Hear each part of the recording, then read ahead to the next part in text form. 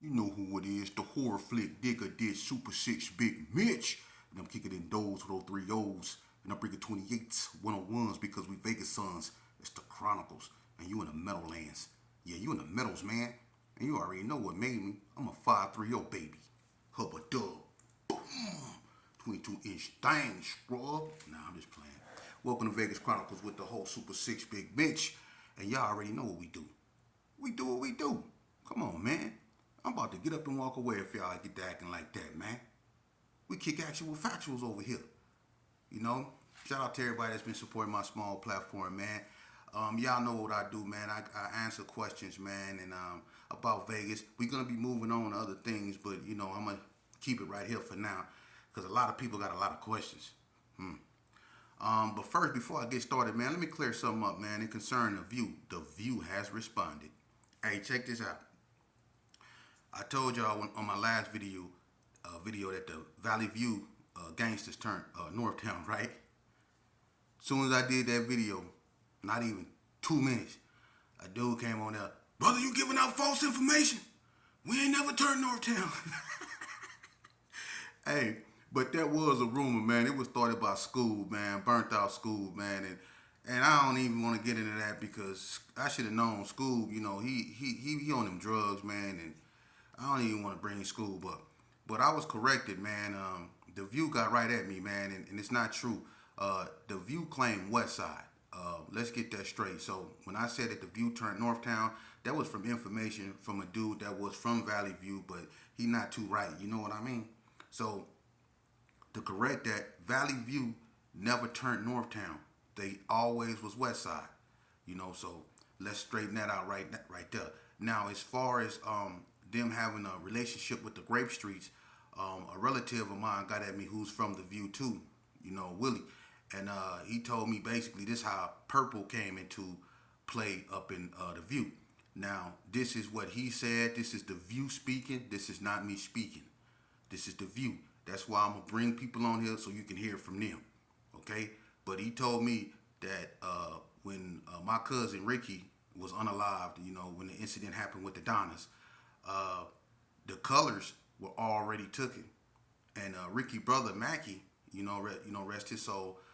That's my relative too. Mackie, he decided that purple was the only color that was left.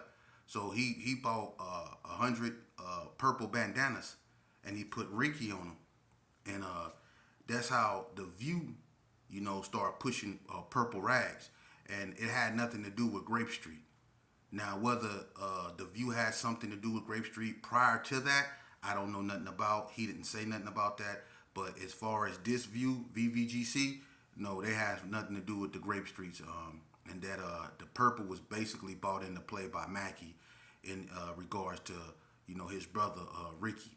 And purple was a color they chose because all the other all the other colors were taken.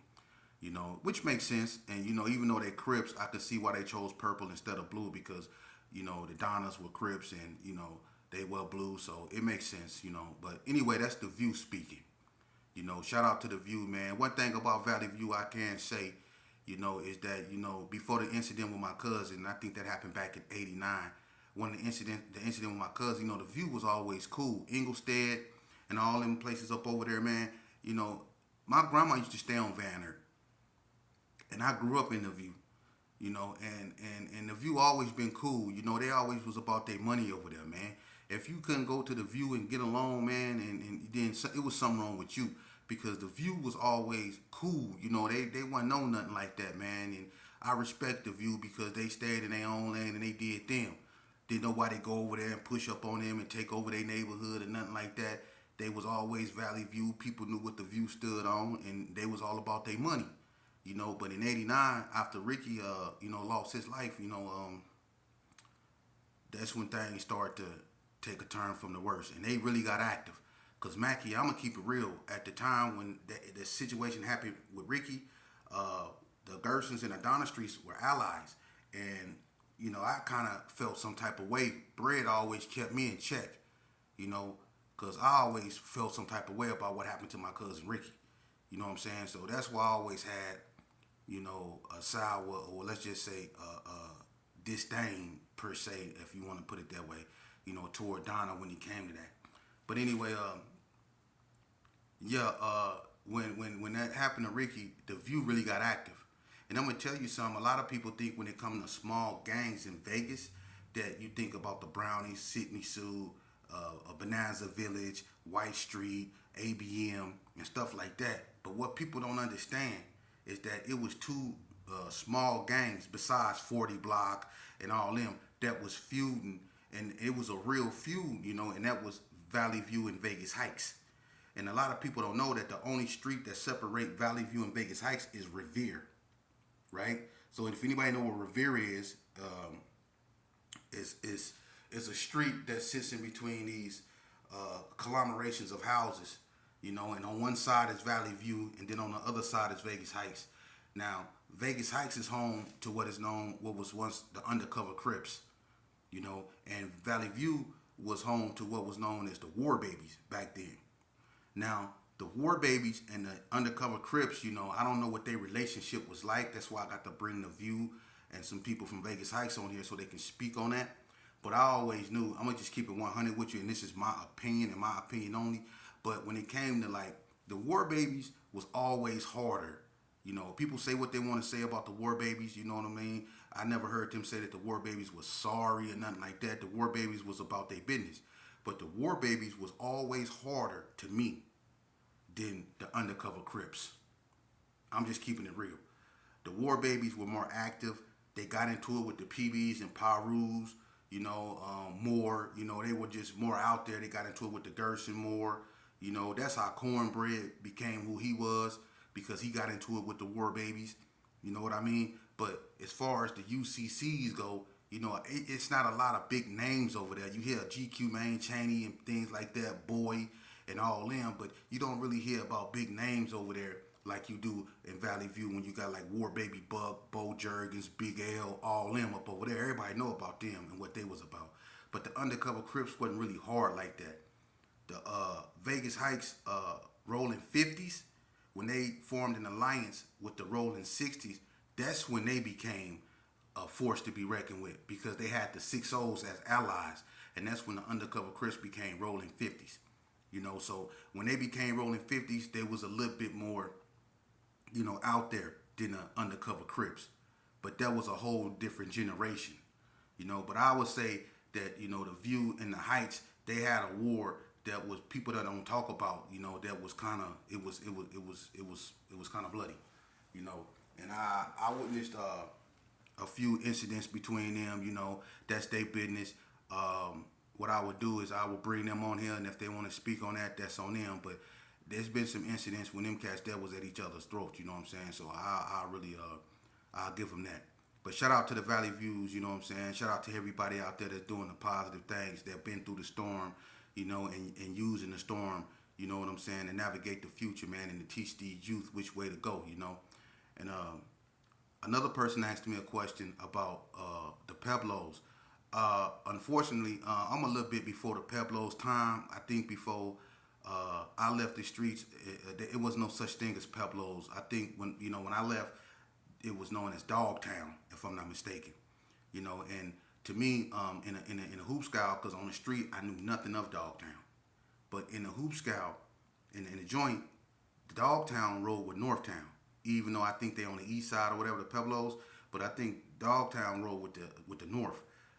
But I don't know nothing about the Pueblos like that, man, to say one way or another. But I need to bring some of them dudes on. I know some cats up over there like Killer Will, Coleon, and a few more youngsters up over there that's known, and if they ever want to come on and spit history, not to glorify nothing, but to talk about how they came into formation and things like that, then they always welcome on my platform. Anything from Vegas is welcome on my platform, because I don't know everything. I left and things happen and things sprout up that I really don't know nothing about, and they can, put, clarity to that. Another thing I want to talk about is this. I don't know who this dude is, and this gonna be the last time I speak on this right here, but we go put this to bed today. Yes, we are. I think you're a troll, man. I don't really too much get into that, and some people, when they ask questions or say things, one person go say, I'm not trolling. and I'm not trying to be disrespectful, but when it comes to banging, Vegas is a joke. Wow.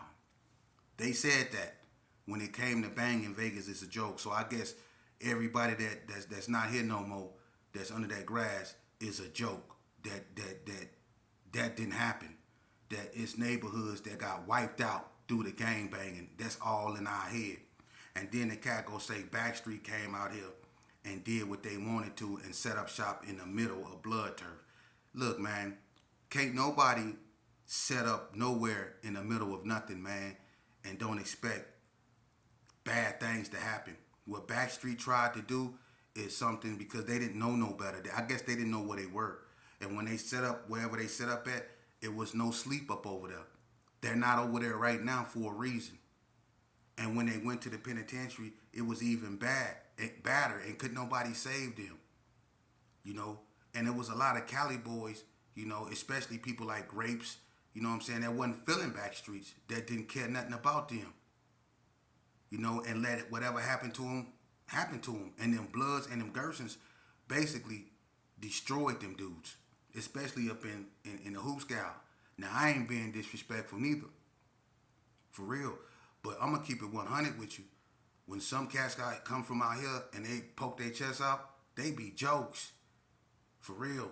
Because they end up getting either smashed, something happening to them on the street, or they go to the joints and they go into the joint and they end up paying the state.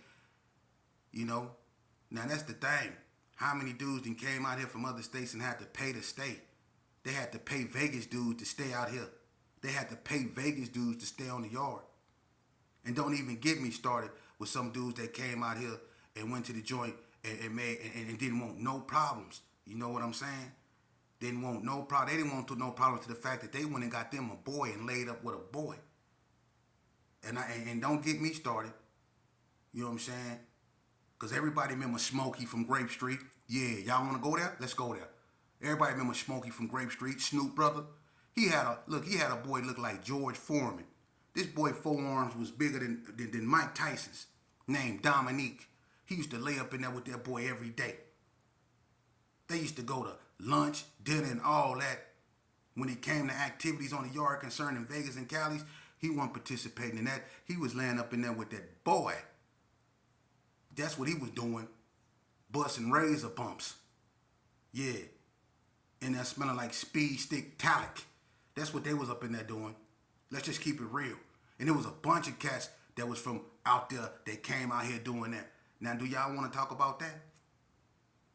I think y'all better leave Vegas alone. Because if Vegas was a joke, y'all wouldn't be coming out here.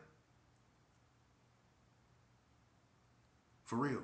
It's a lot of dudes that came out here. Listen, if Vegas was a joke, why is it dudes from out there that came out here and started banging Vegas gangs? If Vegas was a joke. Think about it.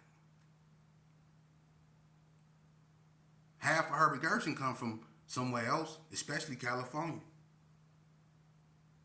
Donna Street too. Think about it. Yeah. When the 6-0s came out here, if you look at the face of the 6-0s out here, it's not Cali, it's Vegas. And you got Cali 6-0s out here, but they not trying to push no Cali line. See, that's what I'm saying. You got real Cali boys that's not on that. And I salute them. Big Mouse from Anthony Park didn't come out here and try to go over there in blood turf and say, I'm Big Mouse. No, he didn't do that. Honeybell from Bloodstone Villains, they didn't come out here and try to push no line because they know them Bloods wasn't going for that. They respect it. Just like if Vegas go to California, they gonna respect where they at. You know, so when people come on here and they try to downplay Vegas and all that, man, y'all only doing, you know what? Y'all the type of cats that got ran out y'all hood. Y'all the type of cats that can't even go back to your hood. So I don't even know why y'all even open y'all mouth. And I told y'all in my last videos, why do y'all like comparing stupidity? Why is we comparing the destruction of our own people? For real. Everybody always talking about when it come to this and we come to that. Well, come on, man. Ain't no Hispanics ever ran no Vegas cats out they hood. I bet you that. Yeah. I bet you that. And they don't dominate out here. I bet you that.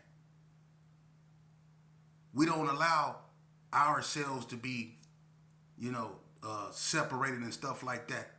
We don't want that out here. You see? So if wiping y'all self out, diminishing y'all political power, diminishing y'all culture and stuff like that, if that's what make y'all what you, I guess, super tough, then be that. Everybody ain't on that, man.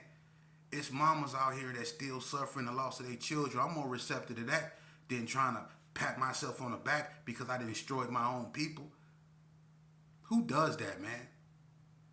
And you wonder why people frown up on us, man, as a people. Who celebrate the destruction of their own people, man? How you feel good about destroying your own people? When you look in the mirror, just know you destroying yourself.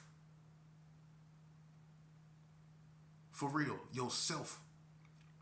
And then when you get old, if God allow you to get old, your children, they grow up following the same path you did. And while you glorifying how tough y'all city is and all that, your child get inflicted with the same disease that you did, and then next thing you know, he under the grass. And now you up over there with bags under your eyes doing this right here because you can't understand what happened. You see? You got cats up out here that don't want that make their sons listen to my message because they want their sons to live. They don't want their sons to go to the Who Scout to find out that they worthy of having an education, that they could have did that on the street. They don't want their sons looking at no horrendous sentences because of some mistakes they made from getting with the wrong crowd of people. These dudes right here that's trying to go to work, man, and provide for their family, but at the same time, they can't monitor their children like that, man. When they come of age and they go out there, man, they can't do nothing but pray. And sometimes it still be all bad. But y'all out here glorifying this stuff, man. There ain't no, look, man, what went on, it went on. Backstreet came out here and they tried to push a line. It didn't go nowhere, man.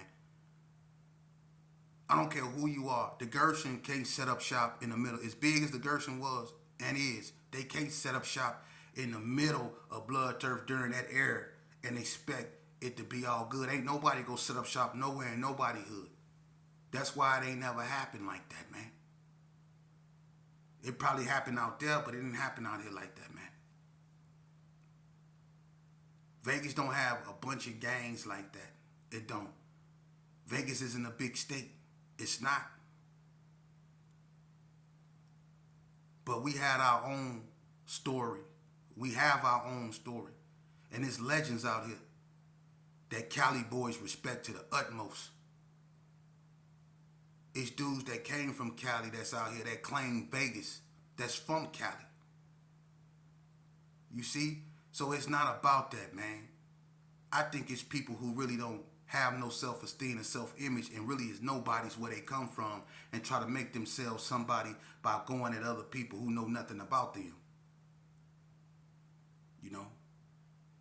It's 2024, man. Step your mental vibration up.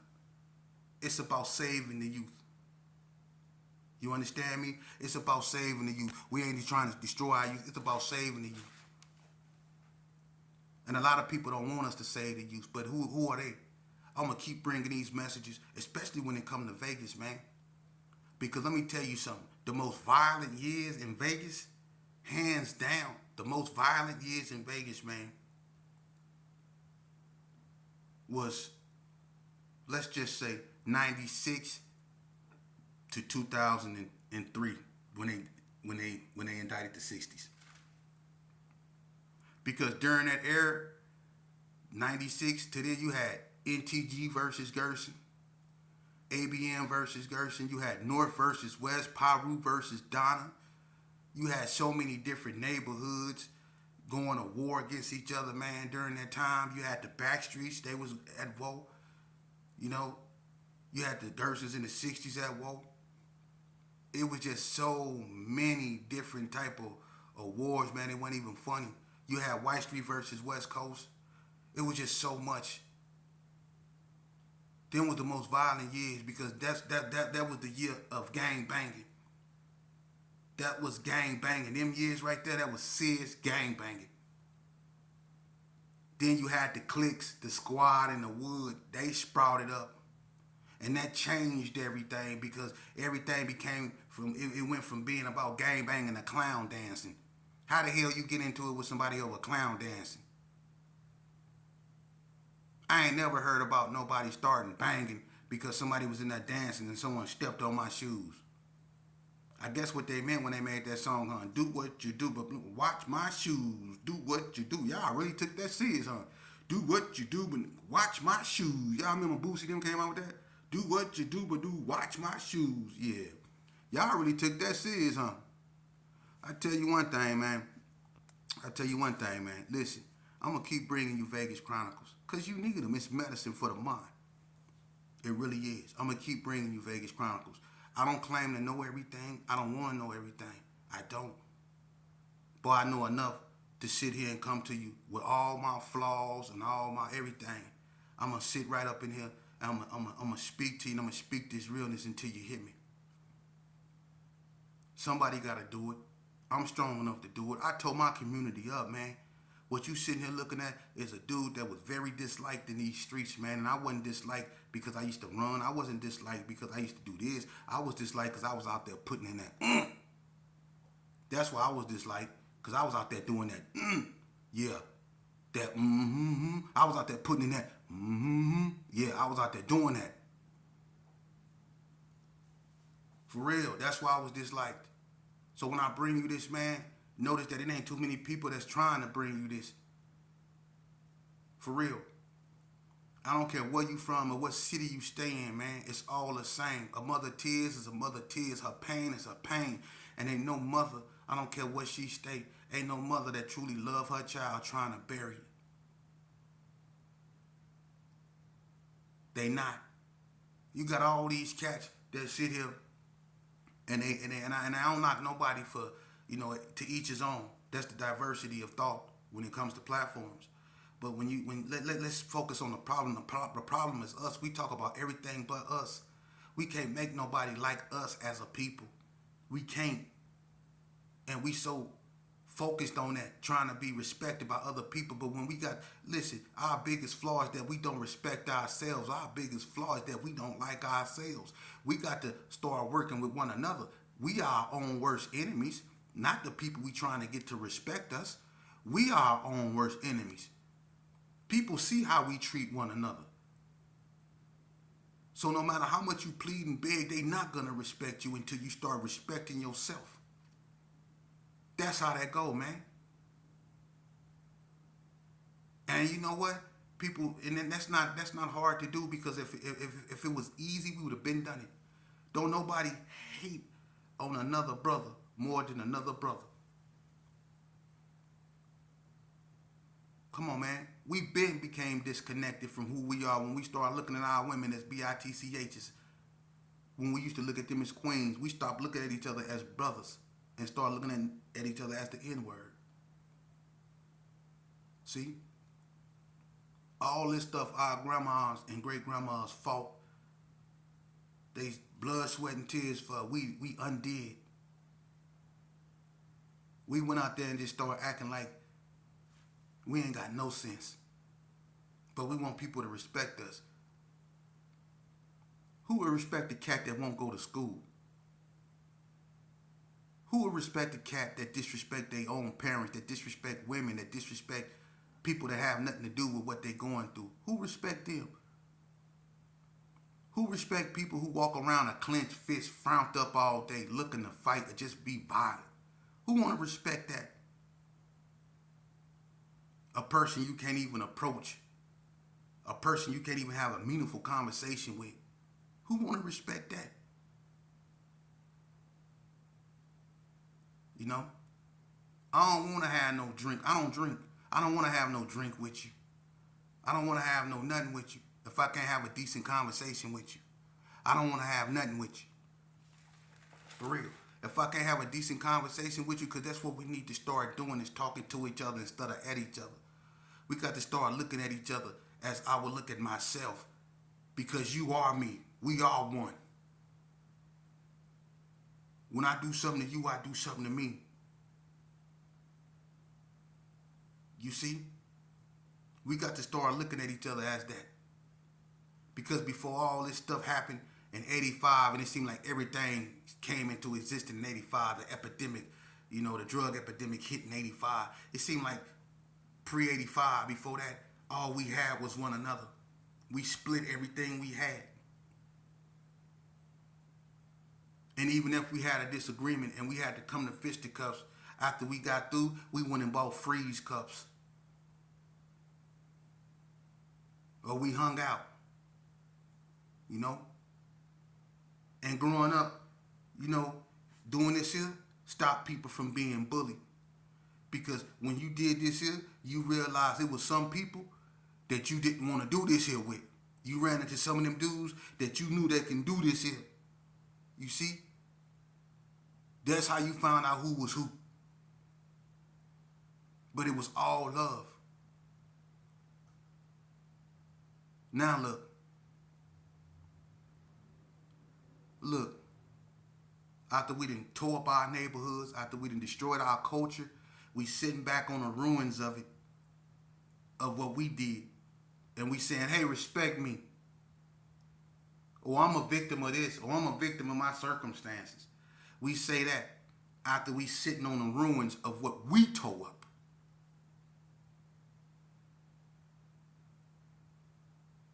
Look, man, the only thing a person go respect is an educated mind, a civilized character. That's what people respect. Honesty, kindness.